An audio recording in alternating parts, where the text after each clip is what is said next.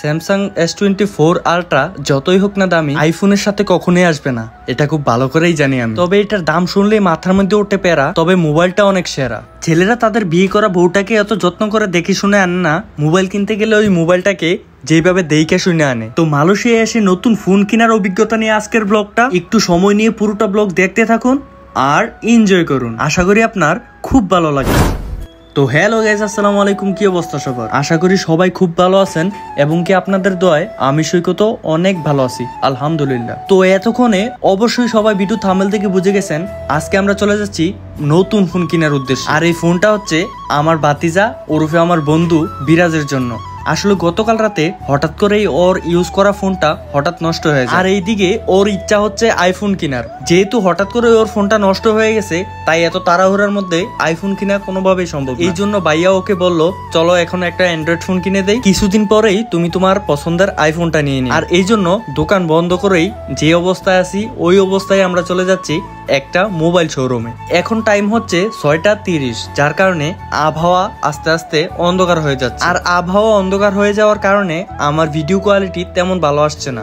আর হঠাৎ করে যেহেতু আমরা চলে যাচ্ছি মোবাইল কেনার জন্য, আমি ভাবলাম একটা ভ্লগ করে নিই। আর আমরা কিন্তু হেঁটেই চলে যাচ্ছি মোবাইল শোরুমে, কারণ আমরা যে এরিয়াটাতে থাকি ওই এরিয়াটা মোটামুটি শহরের মতোই। এখানে বড় বড় শপিং মল থেকে শুরু করে প্রায় সবকিছুই আছে। তো চলেন হাঁটতে হাঁটতে সামনের দিকে যাওয়া যাক আর ভিডিওটা এনজয় করা যাক।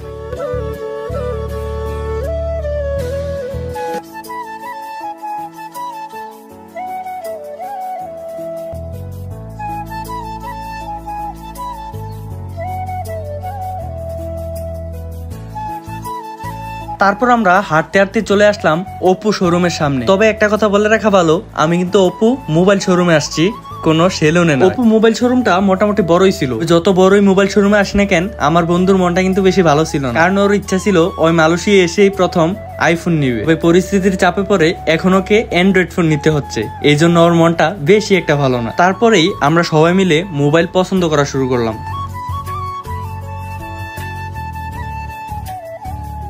এদিকে যখন সবাই মোবাইল দেখতে ব্যস্ত আর আমি ব্যস্ত, আমার হাতে থাকা খাবারের ব্যাগটা কোথায় রাখা যায়। হাতে থাকা খাবারের ব্যাগটার জন্য আমি ভালো করে ভিডিও করতে পারতেছিলাম না।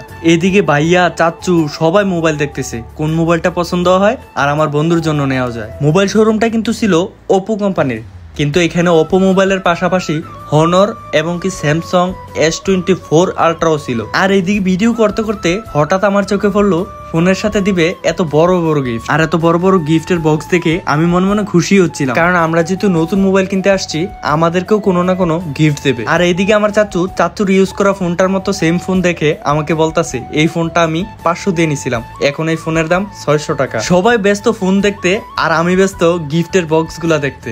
তারপরেই হঠাৎ করে চোখ গেল একটা স্মার্ট ওয়াচের দিকে, আর এই স্মার্ট ওয়াচের কালারটা আর আমার ওয়াচের কালারটা প্রায় সেম। তারপরে ভিডিও করতে করতে হঠাৎ চোখ গেল স্যামসাং S24 আলট্রা ফোনটার দিকে। তারপরে আমি দেরি না করে ফোনটার ক্যামেরাতে চলে গেলাম, কারণ সবাই এই স্যামসাং S24 আলট্রা ফোনটার ক্যামেরার প্রশংসা করে থাকে। তারপরেই আমি একটা সেলফি তুলে দেখলাম, মোটামুটি ভালো, তবে আইফোনের সাথে কখনোই আসবে না। তবে ফোনটার গেটআপটা ছিল মোটামুটি অনেক সুন্দর। তবে যতই সুন্দর হোক আর যতই দামি হোক, ওই ফোনটার প্রতি আমার কোনো ইচ্ছা ছিল না।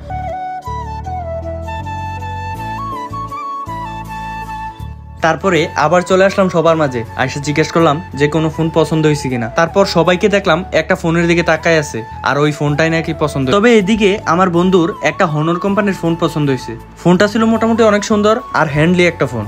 তারপরে ফোনটা আমি একটু গেটে সেটে দেখলাম, ক্যামেরাতে গিয়ে ক্যামেরাতে দেখলাম মোটামুটি ভালোই ছিল ফোনটা। তো ফাইনালি অনেকক্ষণ ঘোরাঘুরির পরে, অনেকক্ষণ খোঁজাখুঁজির পরে আমার বন্ধু ওর পছন্দের ফোনটা পেয়ে গেল। আর আমি চিন্তায় ছিলাম যে ফোনের সাথে কি কি গিফট পাওয়া যাবে। তারপরে দেখলাম ফোনের সাথে গিফট পাওয়া গেল একটা সেলফি স্ট্যান্ড, সাথে ছিল সুন্দর একটা ছোট্ট ব্লু। তবে গাইস যত কিছুই থাকুক, আমার আফসোসটা রয়ে গেল, এত সুন্দর বড় বড় গিফট গুলা আমি পাইলাম না। তারপরে সবাই মিলে সিলেক্ট করা ফোনটাকে নিয়ে চলে আসলাম ক্যাশ কাউন্টারে। এখন ফোনের ক্যাশ মেমো তৈরি করা হবে।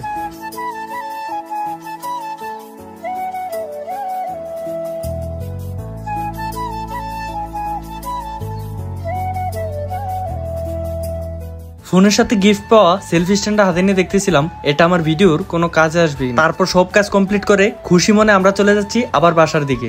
তো আজকের মতো এইখানেই বিদায় নিচ্ছি। অবশ্যই সবাই কমেন্ট করে জানাবেন আজকের ব্লগটা আপনার কেমন লাগলো। ইনশাআল্লাহ দেখা হবে কোনো একটা নতুন ব্লগ নিয়ে। ততক্ষণ সবাই ভালো থাকবেন, সুস্থ থাকবেন। আল্লাহ হাফেজ।